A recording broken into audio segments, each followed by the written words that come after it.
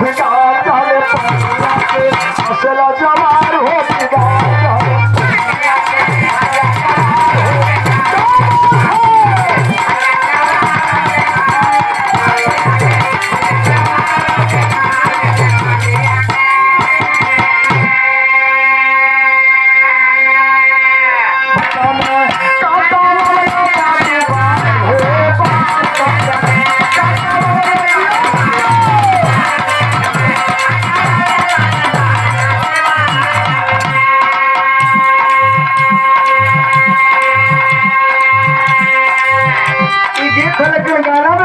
बात कभी लिखना धोबिया कहले बा अरे कहेली धोबी सुना सरकार पीछे सभावैया पीछे सभावैया बाबू के बात को हाथ पीछे सभावैया बाबू के बात को हाथ पीछे सभावैया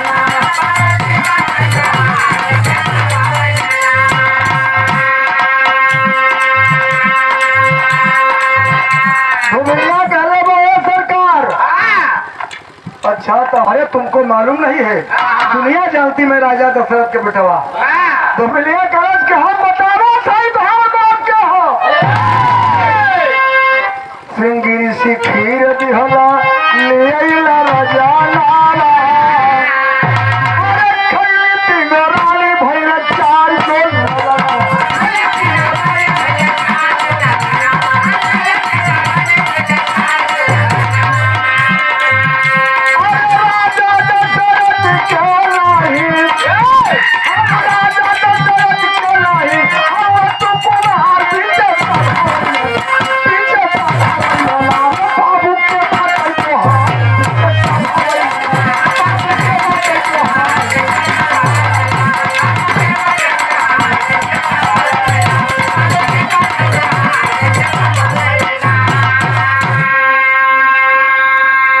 तू के कर बिटिया हम गीत लगल मास्टर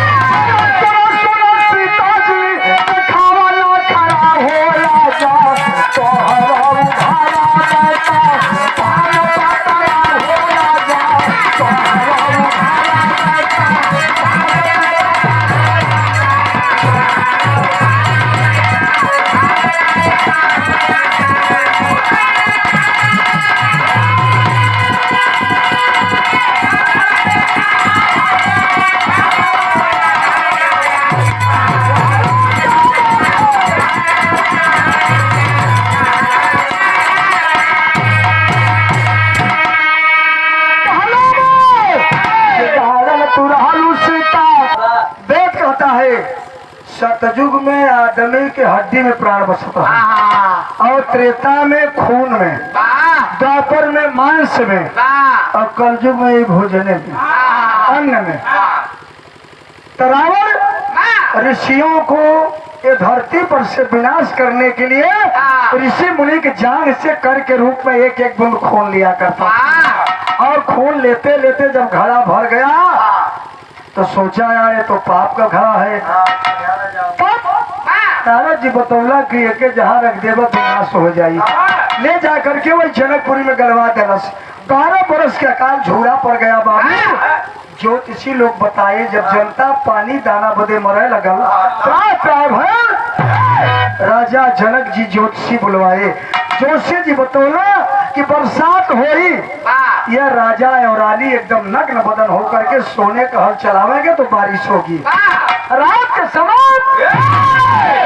दोनों प्राणी नग्न बदन होकर के सोने का हल चला रहे थे।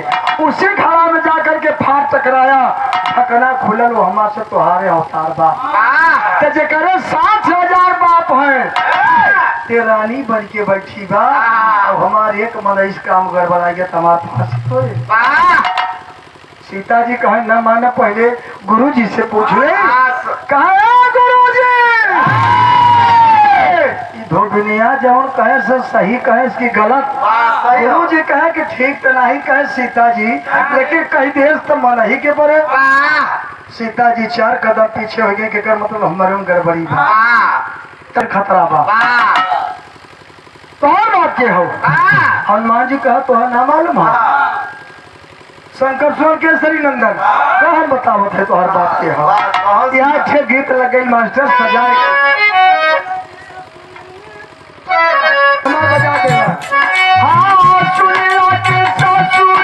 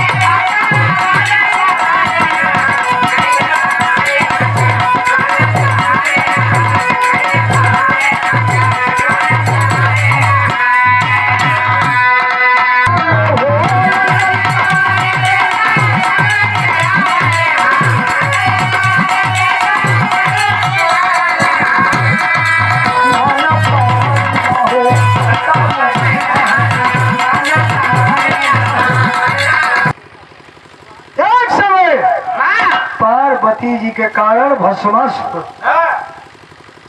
शंकर भगवान को जलाने के लिए प्रयास किया और भाग चले, वो पीछा कर लिया। उस समय भगवान शंकर जी बंदर का रूप बना करके भगे और जा करके एक बबूल के पेड़ पर चढ़ गए।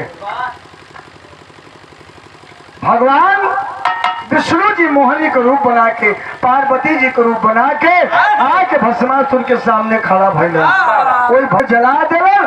तब वह भगवान विष्णु जाए के शंकर जी से कहला कि आवा। शंकर जी कह रहे भाई भाई कहे छुपल हो आ जाए, कहो के मुआ कहा मुआवला कैसे कहे आवा बतावत है। कहना तू बतावा मुआवला कैसे कहला, हम मोहिनी का रूप बनवली। कहा मोहिनी का रूप बनावा, कहा बनाई, लेकिन जब तोहके पहटे रहा तो भगा कौने रूप में रहा, बंदर को रूप बना करके। ये शिव पुराण में कथा है। तो कहा तू आपन रूप पकड़, हमें आपन।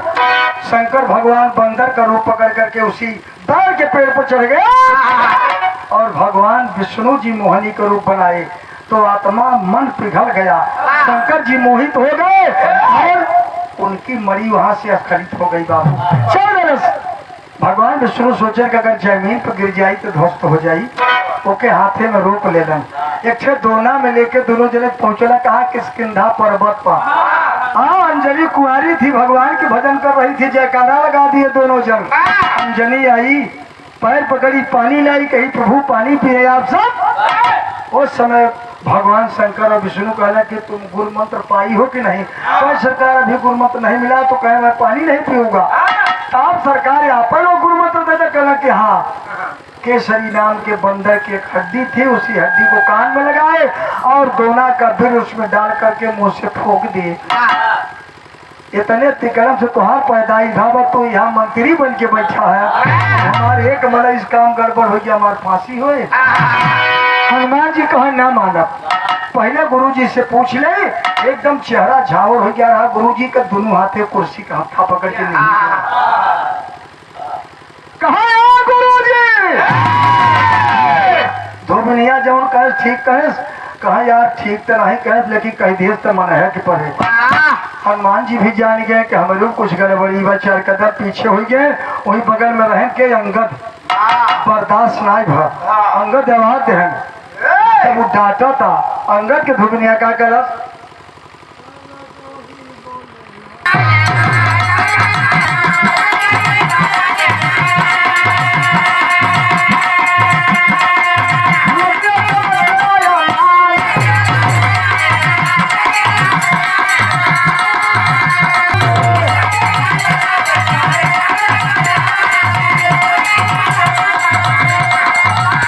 ज्यादा तोहरे में हो। कहा वो कैसे? कहे जंगल के अंदर एक मेढकी रही, साधु संत के कुटिया पर जूठा प्रसाद खात रहे। एक दिन साधु लोग दूध दूध के चुल्हारी पर रखलन, गर्म हुए बदे चले गए गंगा स्नान करने। उसमें विषधर हल गया और मेघची देख रही थी। विषधर हल करके उसी में प्राणांत हो गया, डूब गया। मेघचिया सोचलस कि साधु लोग यही है, दूध में चीनी मिली है, चावल मिली है, खीर बनाई है, ये बात के न जनी है खाई है तो मर जाई है। ये लोगन का हम आहार करते ही नमक का शहरियत कैसे अदा हुई। यही जान कोई मेटकिया में कूद गई मेघची। आज जब कूद गई प्राणांत हो गया। साधु लोग आए दूध गंदा देखे तो कहे यार दूधवा गंदा कहे मेघचिया कहाँ बा। देखा तो दुआरी बना दिखाता तो ही मेघचिया तैरत है। ऊपर दूध निकाल के जमीन पर गिराए तो दूध जल गए। कहे अरे यार इसमें बहुत ज्यादा गड़बड़ी है। ले जाए के गंगा जी में लेके गैला फेंकला, मिटकी डूब के उतराए गए। जब मेघचिया बाबू तब मैं और दोनों साधु के दया आई। कल यार एक जिंदा कर दिया, कोई मेघचिया के लड़की बना देना। लड़की बना देना, साधु लोगन के सेवा करे लगल और साधु लोगन के कपड़ा उपड़ा कचारे खाना बनावे। एक दिन कोनो साधु के सपन दोष हो गया, गई निगोटी के चारे दाग नहीं छूटा था और लगा गर्भ रह गया। जब गर्भ रह गया तो दोनों साधु सोचे बियाह कर दे। मैं साधु रावण के तिलक चढ़ौलन और दो साधु बाली के दोनों एक दिन बारात लेके उलन। दुल्हन एक थे दुल्हा दो, एक बाह बाली पकड़ा, एक रावण फाड़ दिए आधे पर। तो वह तोहार गर्भ हो। अच्छा वो जंगल में कजरी कितना हजार साधु रहे, कजरी कितना हजार साधु तुम्हारे माई से संपर्क के हैं। 1000 साधु का बेटवा तू यहाँ मंत्रियाना कर, एक मलाई से हमार काम गड़बड़ाई गया, हमारे फांसी हुए। बाली पीछे सर गया, कहा कि नहीं मानोगा। पहले गुरुजी से पूछ ले। गुरुजी से कहा गुरुजी जो धोबनिया कलर ठीक है। गुरुजी कहे यार ठीक तो नहीं कह दिए कि कह दिए तो मन नहीं। अंगद भी 4 कदम पीछे हो गया। टेरी का लाइन है मास्टर जना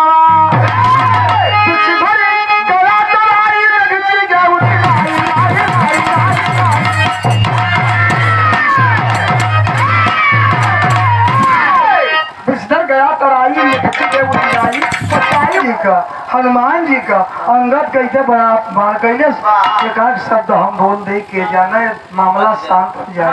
गुरु जी का खबरदार आवाज नहीं उठाने का, बदतमीजी कर रही हो, नरक धोने वाली जात। कहा गुरु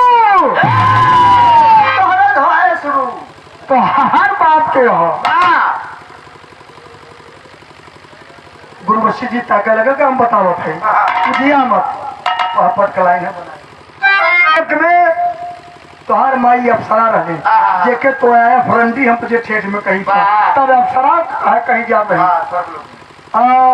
कजली कितना देवता उन्हें गले लगा लेना सबके आश्रम पर जाता है। तेकर बेटवा तू गुरु बन के बैठा है, हमारे एक मलाई काम कर बड़ा हमारे फांसी हो रही। अब गुरु जी उस समय कुर्सी पर पेटे बने चफल गया रहे,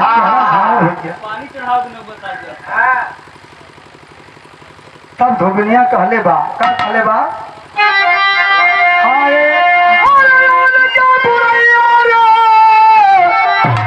करेला सब कोई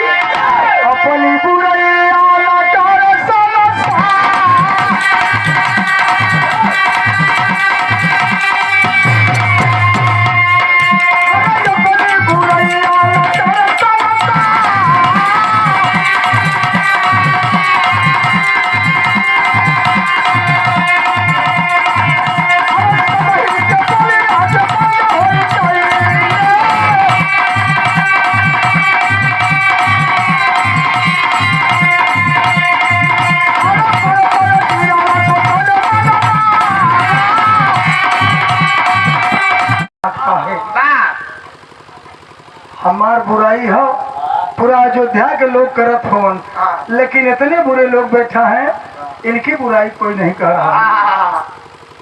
पुराने कला के करते बने मौत कट जाए मगर करना ही मुश्किल है। ये बाबू बड़ा बड़ा बिरावा सोचो ने मामा